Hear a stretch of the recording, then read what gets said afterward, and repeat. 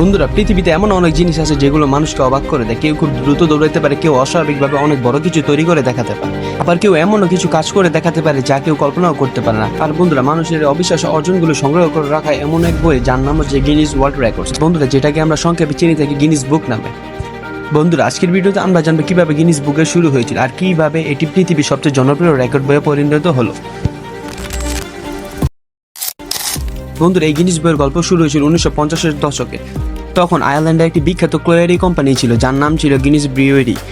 আর বন্ধুরা, এই কোম্পানির ম্যানেজার ডিরেক্টর ছিলেন স্যার হিউ বিবার। বন্ধুরা, এই হিউ বিবার একদিন শিকারে যান এবং একটি বিতর্কে পড়ে যান।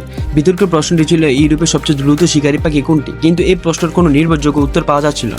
তখন স্যার হিউ বিবার বুঝতে পারেন পৃথিবীতে এমন অনেক প্রশ্ন আছে যা সঠিক উত্তর প্রমাণসহ কোথাও নেই। আর এই চিন্তা থেকে জন্ম নেয় একটি বুদ্ধি, যেখানে এমন একটি বই তৈরি করা হবে যেটার মধ্যে পৃথিবীর সব ধরনের রেকর্ড লেখা থাকবে। তারপর বন্ধুরা 1955 সালে প্রকাশিত হয় গিনিস বুক অফ রেকর্ডস। বন্ধুরা, শুরুতে এই বই ছিল শুধু একটি ছোট্ট রেফারেন্স বই, কিন্তু বন্ধুরা খুব দ্রুত এই বই মানুষের আগ্রহের কেন্দ্রবিন্দুতে পরিণত হয়। কারণ মানুষ সবসময় জানতে চায় সবচেয়ে বড় কে, সবচেয়ে দ্রুত কে, সবচেয়ে শক্তিশালী কে। এই ধরনের প্রশ্নের উত্তরের জন্য মানুষ সবসময় আগ্রহী ছিল, আর এই বই মানুষের সব কৌতূহলকে এক জায়গায় এনে দেয়। বন্ধুরা, প্রথম দিকে এই গিনিস বইয়ে মূলত বিজ্ঞান, প্রযুক্তি, খেলাধুলা আর সাধারণ তথ্য ভিত্তিক রেকর্ড সংগ্রহ করা হতো।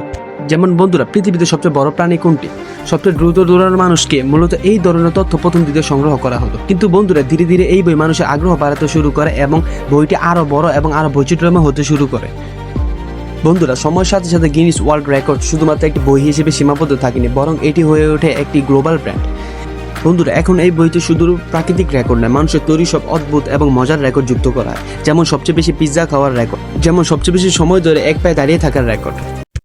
বন্ধুরা, এই গিনিস বুকের সবচেয়ে বড় আকর্ষণ হলো এখানে যে কোনো সাধারণ মানুষ বিশ্ব রেকর্ড গড়তে পারে।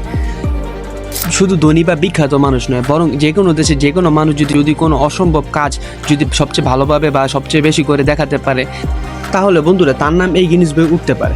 আর মূলত এইসব কারণে বন্ধুরা এই বই বিশ্বজুড়ে এত জনপ্রিয়।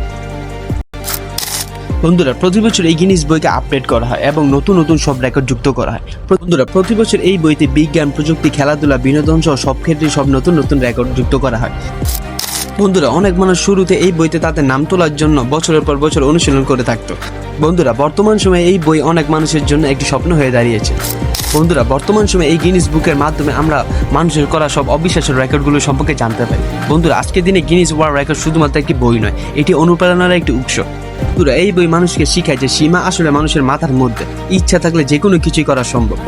বন্ধুরা, বর্তমানে অনেক স্কুল, টিভি শো এবং সোশ্যাল মিডিয়াতে এই গিনিস ওয়ার্ল্ড রেকর্ডস এর বিশেষ ইভেন্ট করা হয়, যার ফলে বন্ধুরা গিনিস বুক এখন গ্লোবাল এন্টারটেনমেন্ট প্ল্যাটফর্মে পরিণত হচ্ছে।